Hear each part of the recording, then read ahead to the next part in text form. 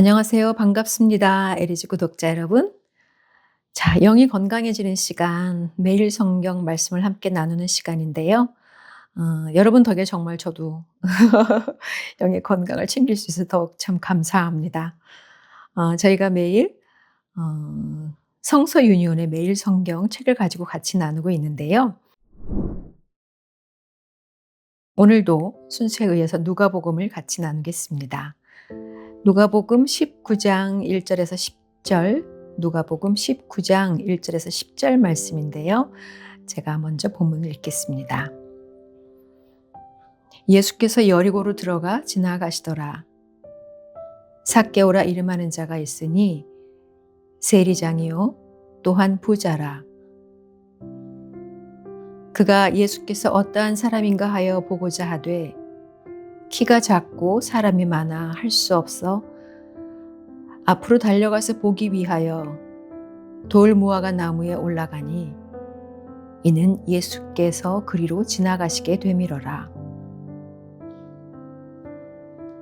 예수께서 그곳에 이르사 쳐다보시고 이르시되 삭개오야 속히 내려오라.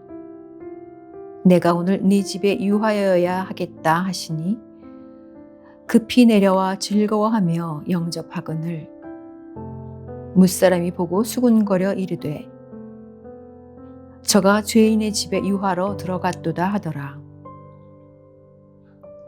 삭개오가 서서 주께 여짜오되 주여 보시옵소서. 내 소유의 절반을 가난한 자들에게 주겠사오며 만일 누구의 것을 속여 빼앗은 일이 있으면 네 갑절이나 갚겠나이다.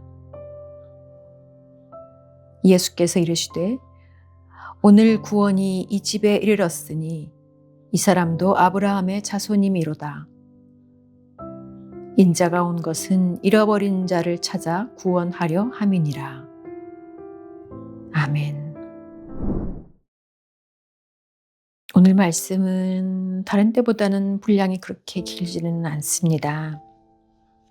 오늘 삭개오가 나오지요. 삭개오가 예수님을 어떻게 보고자 하는지 또 결단과 삭개오의 구원까지 나오는데요.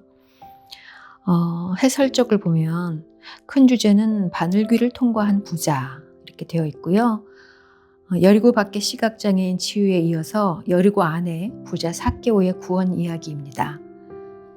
삭개오와 예수님의 만남은 누가복음의 주제인 잃은 자를 찾아 구원하시는 인자를 잘 설명하고 있습니다.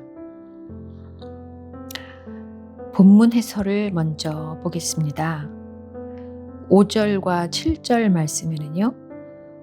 삭개오가 회개하거나 신앙을 고백하기도 전에 그를 찾아와서 그의 이름을 부르시고 죄인의 친구라는 조롱을 무릅쓰고 그의 집에 유하겠다고 하십니다.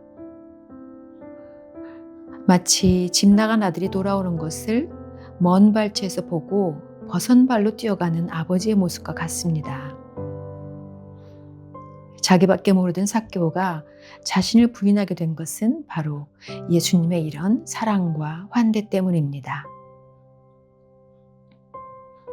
또 9절 10절 말씀은 삭개오의 회개에 오늘 구원이 이 집에 이르렀다고 선언하십니다.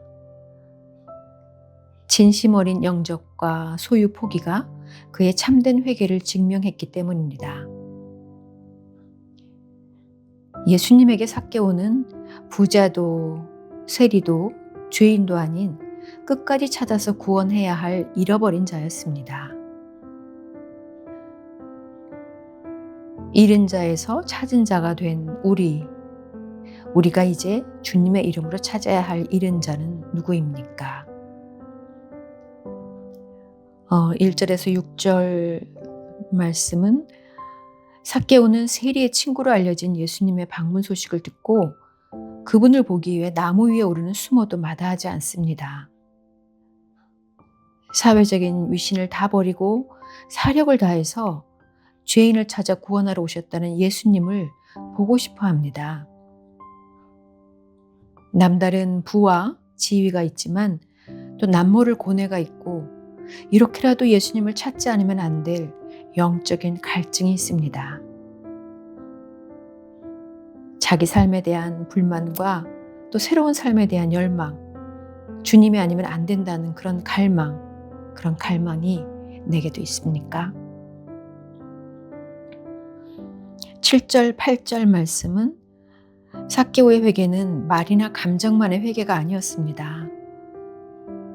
소유의 절반을 나눠주는 결단과 속여 빼앗은 것은 4배나 갚겠다는 결심을 동반한 회개였습니다. 죄가 가져다준 과거 혜택을 버리고 새 주인에게 어울리는 삶을 선택한 것입니다. 예수님의 방문이 삭개오의 변화를 가져왔고요. 예수님의 환대가 삭개오의 환대를 낳았습니다. 주님을 영접한 후에 내 삶은 어떻게 바뀌었습니까?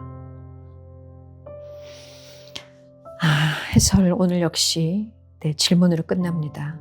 주님을 영접한 후에 내 삶은 어떻게 바뀌었는지, 여러분은 어떻게 바뀌었습니까? 사실 주님이 나를 찾아주신 거죠.